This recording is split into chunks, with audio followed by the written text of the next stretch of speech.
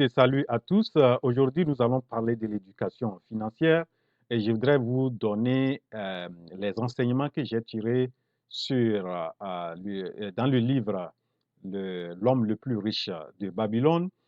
Donc, nous allons voir les 7 principes que l'homme le plus riche de Babylone, Arcade, a enseigné à la cité ou bien les habitants pour pouvoir devenir aussi riches comme lui. Donc, je voudrais un peu introduire ce livre qui est intitulé L'homme le plus riche de Babylone, a été écrit par un auteur américain qui s'appelle George Clason. Il a publié ce livre dans les années, je crois, dans 1926.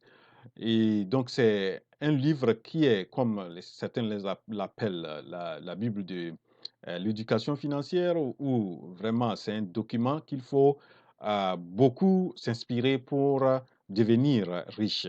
Voilà, donc ce qui est, si vous connaissez, on appelle la Babylone, c'est la capitale de l'ancienne Babylonie, l'empire de Babylonie, qui vraiment était très, très réputée, une ville ou une cité très reconnue où il y avait beaucoup de l'or, où il y avait beaucoup de riches là-bas. Voilà. Donc, ce qui s'est passé, c'est que il y a le roi de cet empire qui s'appelle Sargon, était parti dans le cadre d'une guerre, et au retour, il s'est retrouvé que la ville était vraiment appauvrie. Les gens n'avaient pas de l'or pour acheter de la nourriture.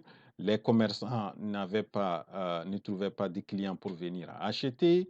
Et donc, la ville était vraiment devenue très pauvre. C'est que le roi a consulté son chancelier pour lui demander qu'est-ce qui s'est passé réellement. Et le chancelier lui a répondu que vraiment l'or est parti dans les mains d'une minorité. Et pour le roi, il voulait savoir davantage comment l'or est parti, s'est retrouvé dans les mains d'une minorité. Donc, le chancelier a expliqué vraiment que c'est comme ça. Et le roi, voulant vraiment savoir davantage, a demandé à ce que le chancelier lui donne vraiment les orientations. Donc, le chancelier lui a dit que pour en savoir davantage, il va falloir inviter l'homme qui était alors le plus riche de cette cité. Donc, c'est là que le chancelier a mentionné le nom de Arcade, et le roi a donc invité Arcade venir dans son palais pour le rencontrer et lui demander comment il a procédé pour devenir riche. Et Arcade a répondu aussi que lui aussi, il était pauvre, mais il a utilisé quelques moyens qui l'ont permis d'être qui l'ont permis d'être riche, pour amasser, qui l'ont permis d'amasser autant d'or qu'il avait.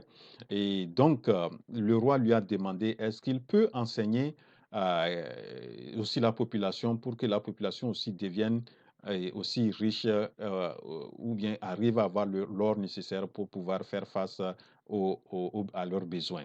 Et Arcade a accepté, pour honorer vraiment la demande du roi. Et donc, le roi a trouvé, a trouvé 100 personnes qui étaient venues dans la salle de formation en son temps, et où Arcade était venu, et ces 100 personnes ont été vraiment formées par Arcade sur les moyens qu'il faut utiliser pour pouvoir devenir riche.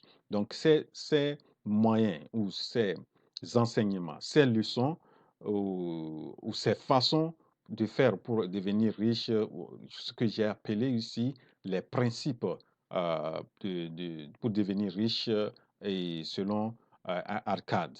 Voilà, donc nous allons voir donc ces 7 enseignements et je vous invite vraiment à prendre ça, à écouter sérieusement ou à suivre sérieusement ces principes. Et une fois que c'est bien rentré, c'est bien assimilé, on peut vraiment implémenter ces principes-là et aussi devenir riche. Voilà, donc j'ai essayé, après avoir lu ce livre, j'ai essayé de résumer ces sept principes, ces sept enseignements dans cette graphe-là. Vous allez voir qui a été élaboré en différents sous forme d'escaliers et ces sept escaliers. Voilà donc ce que j'ai nommé cinq principes de l'homme le plus riche de Babylone, qui s'appelle Arcade. Donc, le premier principe selon Arcade, vous allez voir le 1 à la droite, c'est remplissez votre bourse. Qu'est-ce qu'il veut dire par là? C'est l'épargne. Il faut épargner. Lorsque vous gagnez quelque chose, vous devrez, selon lui, il faut épargner le dixième, c'est-à-dire 10%. Vous devrez économiser, épargner 10%. Vous devez payer vous-même avant de payer les autres, que ce soit les locataires, les propriétaires, excusez, les propriétaires, que ce soit aller payer la nourriture ou aller payer l'impôt, etc. Vous devrez d'abord vous payer vous-même. Donc ça, c'est le premier principe, c'est remplissez votre bourse. Le deuxième principe, c'est de contrôler vos dépenses. Contrôler les dépenses, c'est la budgétisation. Il faut avoir un budget. Vous avez les 90% de votre revenu. Vous devrez d'abord lister vos besoins fondamentaux et les désirs. Pour lui, il faut vraiment faire cette distinction. Il y a les besoins fondamentaux qu'il faut satisfaire.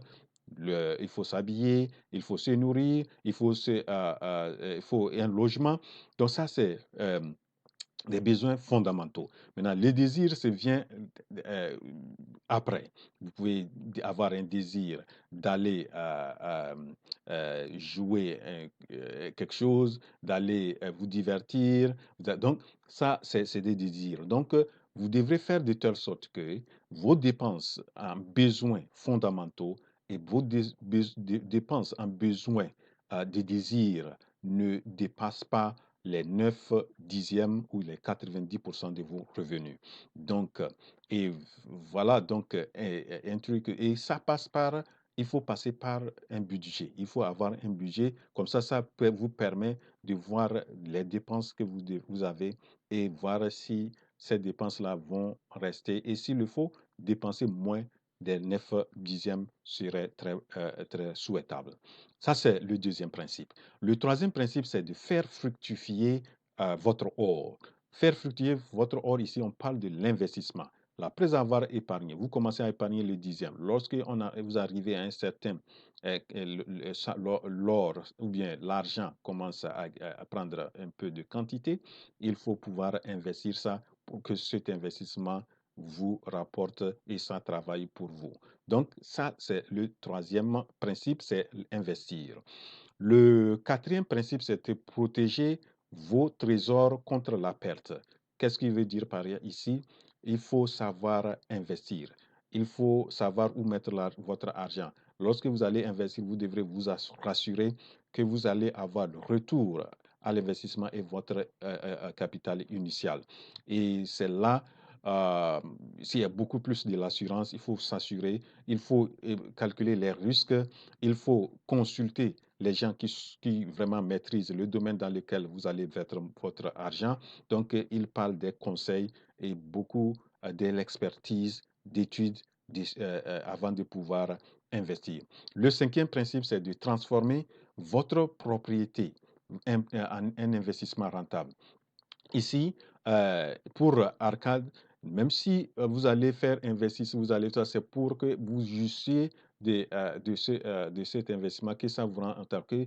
Au lieu d'aller toujours louer et vous payer cher, ce qu'il avait constaté en son temps, que les habitants étaient logés dans des quartiers bas, dans des quartiers pauvres et aussi payaient en son temps aussi beaucoup, le loyer était très cher. Donc, pour lui, c'était vraiment de trouver, à un certain moment, il faut avoir son toit, Avec ce toit-là, vous pouvez vraiment jouir avec votre famille ou vous pouvez avoir un jardin où les enfants vont pouvoir jouer.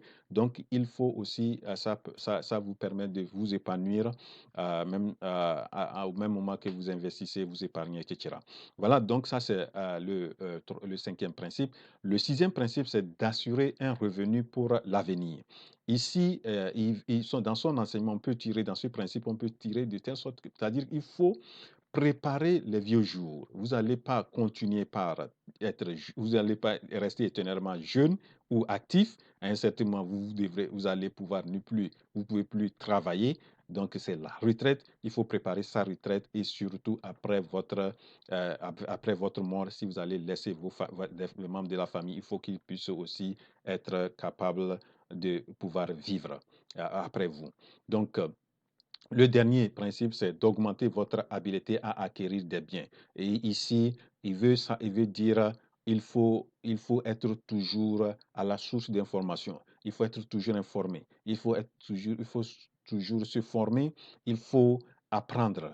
Il faut apprendre surtout continuellement dans le domaine dans lequel vous êtes. Si vous êtes dans l'entrepreneuriat, vous devrez continuer à apprendre. Si vous êtes investisseur, si vous êtes médecin, donc, il faut vraiment vous perfectionner et acquérir beaucoup de sagesse dans les choix, dans la prise de décision.